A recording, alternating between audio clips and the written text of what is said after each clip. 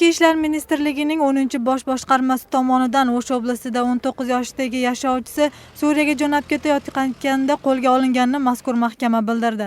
Ma'lumotga ko'ra, bir qancha vaqtdan buyon fuqarolarning Suriya va Iroq davlatlariga yuborish bilan shug'ullangan Novqatning yashovchisi aeroportdan navbatdagi fuqarolarni kuzatayotganda qo'lga olindi. Mazkur fuqaro urush jarayonlari bo'layotgan joylarga yangi odamlarni yuborishdan tashqari moliya, hujjat to'g'irlash va aviabilet bilan ta'minlash kabi ishlarni bajarib kelgan. Tergov vaqtida u taqiqlangan Katibat al-Imom Buxoriy terroristik guruhining a'zosi ekanligini, qo'lda tayyorlangan portlovchi moddalar bilan bir qator terroristik aksiyalarga tayyorgarlik ko'rib kelganini tan olgan. Uyini tekshirish vaqtida 2 portlovchi modda, aralashmalar quyilgan shisha idishlar, diniy adabiyot, DVD disklar, uyali aloqa telefonlari, sim kartalar topilgan. Hozirda mazkur fakt bo'yicha tekshiruv ishlari davom etib, mazkur fuqaroning atrofidagi odamlarning joyi va xalqaro terroristik guruhning boshqa a'zolari ham aniqlanmoqda.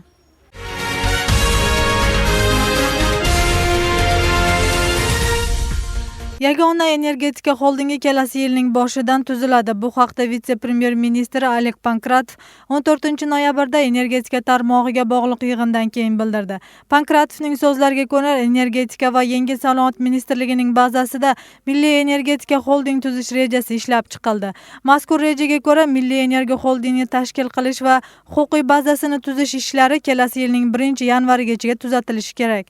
Parlament saylovidan so'ng tuzilgan hukumatning yangi strukturasida energetika va yengil sanoat ministrligi tarqatilib, energetika tarmog'i yagona xolding bo'lgan.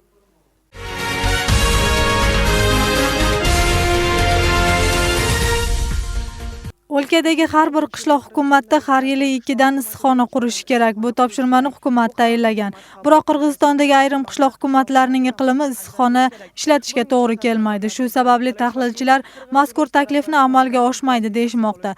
Boshqa qishloqlar esa mablag' masalasi haqida o'ylanishmoqda. Batafsil muxbirimizning navbatdagi lavhasida.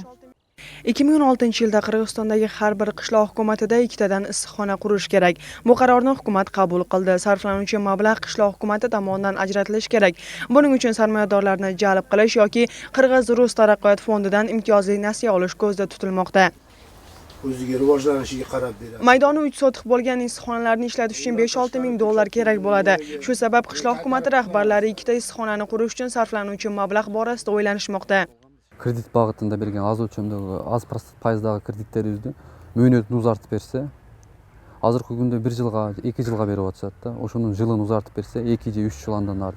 Себеби дыйканадан мал аткен дагы эми ашынып кийинки ошо жанагы теплицаны кылып атканда деле 1-жыл өзүнүн расходун чыгаргысек деле кредит төлөшкө туура келет экен да. Ошол неменин мөөнөтүн ұзартып берсе 1-жыл төлөмү жок, 2-жылдан баштап, 3-жылдан баштап төлөм кыла турган кылып. Bu kabi qaror qabul qilinmasa ham davlatda issiqxonalar oz deyishga bo'lmaydi. Joriy yilning o'zida Qorasuv rayonidagi issiqxonalarning soni 60% ga ko'paygan. Толуу зоналар бар, башкалар бар. Ал жерде кыйыныраак. Азыр маселен бизде Чоңалай районунан башка бардык райондорубузда бизде күнүсканалар бар. Анан шарты ыңгайлуу райондор, айыл өкмөттөр бар. Ал жерде албетте 2ден эмес, анда 10дан 20га чейин күнүсканасы бар, айыл өкмөттөр дагы бар. Joriy yilda yetishtirilgan mahsulotlarni chet davlatlarga eksport qilamiz degan so'zlarga ishongan dehqonlar har yilgidan ko'p mahsulot yetishtirishgan, lekin eksport qilishga imkoniyat bo'lmay dehqonlar chiqimga uchrashganligini aytishgan edi. Shu sabab tahlilchilar hukumat issiqxona qurish qarorini qabul qilishdan avval yetishtirilgan mahsulotlarni sotishni yo'lga qo'yish kerak degan fikrni aytishadi. Qaysi yerga olib borib sotadi?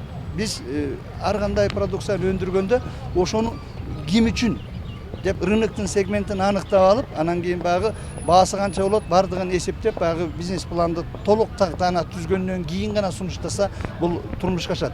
Болбосо бизде кандай гана мына өткөн жылдарда айталы, ар кандай типтеги сунуштарды айта берет, жылда 1 жылды мында өнүктүрүү деп айтып коебуз, ал андай болбош керек. Iqtisodiy tahlilchi Erkin Abdurazaqovning so'zlariga ko'ra, hukumatning mazkur buyrug'i amalga oshmaydi. Sababi mamlakatdagi qishloq hukumatlarining ko'pchiligi dotatsiyada. Жыл сайын мындай бирдиктүү байгыл галочка үчүн эмес, ар дайым туруктуу ошол жумушчу орунун түзүлүп, ошол элге бир пайда бере тургандай, ошол демилге андан ары жайылтылып турмушка ашып кете тургандай демилгелерди колдоп, өкмөт өзү көзөмөлдөп айтып коюп эле туруп калбастан финансылык каржылоо жагынан, техникалык, технологиялык жагынан дагы кеңеш берүү кызматтары жакшы иштегенде гана бул турмушка ашат деп эсептейм. Hozirgi vaqtda Osh oblasti bo'yicha 200 dan ortiq issiqxona bor. Cho'ng'alay, Olay rayonlarida issiqxona ishlatish uchun iqlim to'g'ri kelmaydi. Madina Ulug'bekqizi, Ajina Do'smumbetova, Azam Buzrikov, Intimaq.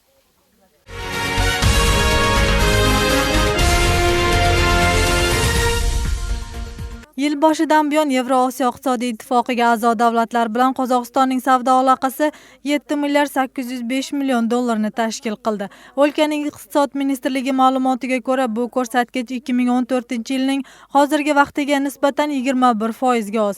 Ma'lumotlarga ko'ra, 9 oy ichida Yevrosiyo iqtisodiy ittifoqi davlatlariga eksport 26,8% ga, import 18,2% ga qisqargan. Uning ichida Rossiyaga eksportning ko'lami 26,9 ga kamaygan. Rossiya mahsulotlarini import qilish ham 17,5% ga ozaydi. Hamkorlik davlatlaridan avtomashinalar, ehtiyot qismlar, mineral moddalar, metall va oziq-ovqatlar olib kelinadi. Ta'kidlab o'tsak, Qirg'iziston ittifoqi ayrim qarshiliklarga qaramay joriy yilning 12 avgustida a'zo bo'lgan.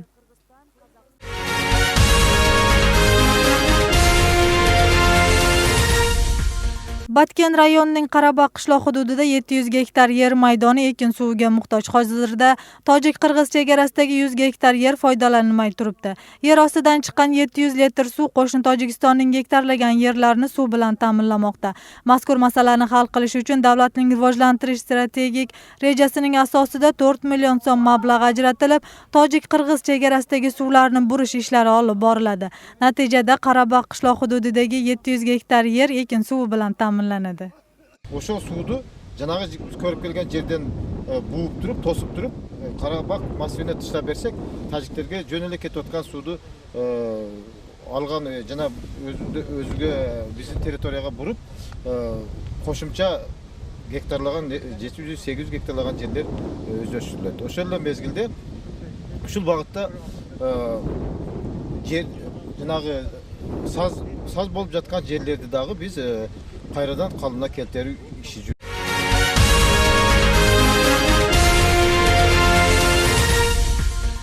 Germaniyada asrlar bo'yi nishonlanib kelingan karnaval joriy yilning noyabr oyida ham boshlandi. Unga har yili dunyoning turli hududlaridan 2 millionga yaqin sayyohlar keladi. Bu safar ham odat bo'yicha 11 noyabr kuni soat 11 dan 11 daqiqa o'tganda boshlandi.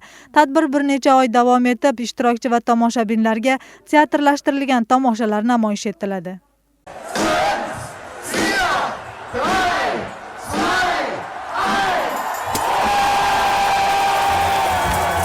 Germaniyaning Keln shahrida 11 noyabr kuni soat 11 dan 11 daqiqa o'tganda karnaval mavsumi boshlandi. U mart oyigacha davom etadi.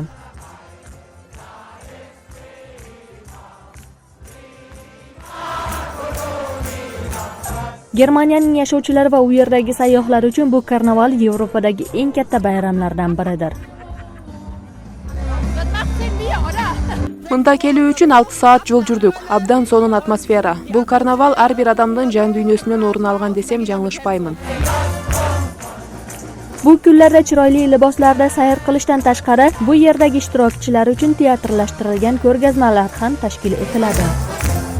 Жаан жаап жатабы же күн тийип турабы эң башкысы бүгүн 11 noyabr. Bu kabi karnavallar Keln shahridan tashqari Germaniyaning Bonn, Düsseldorfda va boshqa shaharlarda ham nishonlanadi.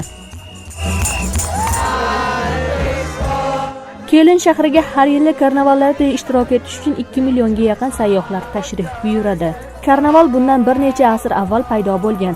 U har yili noyabr oyidan boshlab nishonlana boshlaydi.